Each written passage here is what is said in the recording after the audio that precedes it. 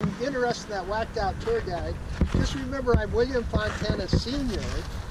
and I'm the one that writes. I have several books I've published.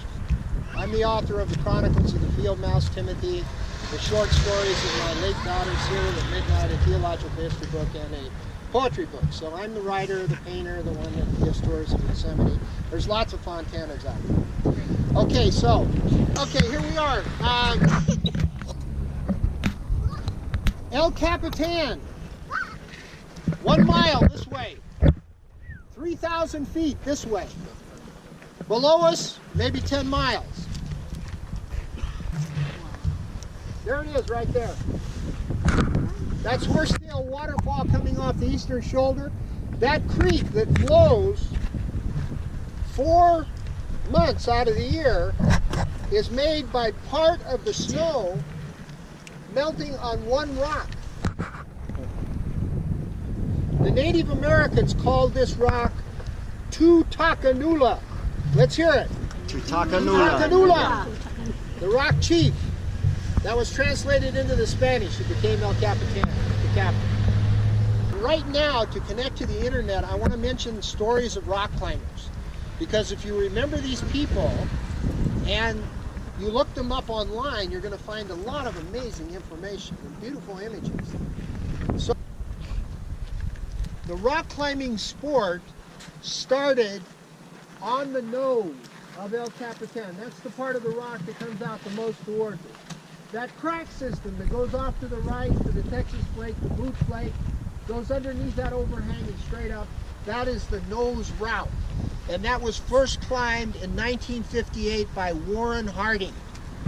Warren Harding worked summer after summer. He had hemp ropes, hiking boots, he put bolts into the rock, and he did what's called a siege climb. And he was powered by Gallo wine.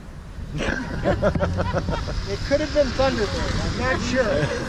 But back then they didn't have all the Napa Sonoma, you know, it was either Cabin Swiss, Gallo.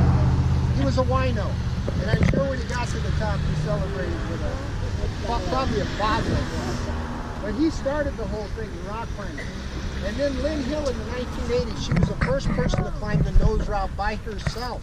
She was trying to get away from the guys over at Camp 4. Then, how about the ranger that climbed it without the use of his legs? That was Mark Wellman. Mike Corbett set a route up the nose where he could pull himself up. 4,000 pull-ups to get to the top. And then Alex Arnold and Hans Florin. Alex and Hans climbed the rock in 2 hours and 23 minutes. That's the world record. Wow. And the question, why do they climb?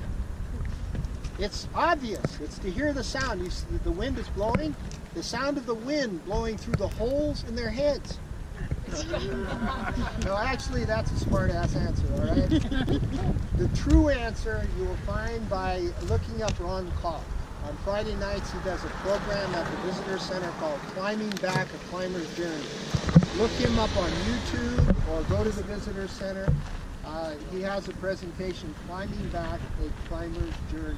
Ron Kopp. That's the answer. He went from being a juvenile delinquent to a marvelous individual through rock climbing, connecting to nature through the sport of rock.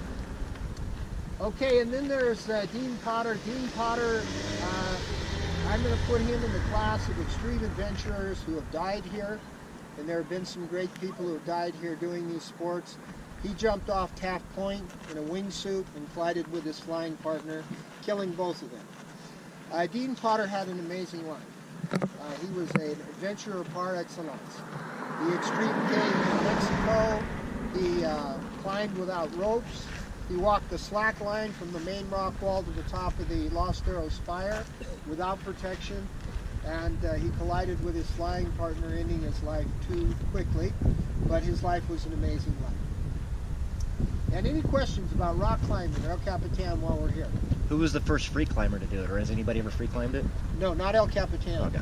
That would be Alex Arnold. He's the one that's a free solo expert. But it was Sentinel Rock and Half Dome. Oh, okay. Yeah, not El Capitan. He's the one that set the record on the nose route, but he was Yeah. using rope.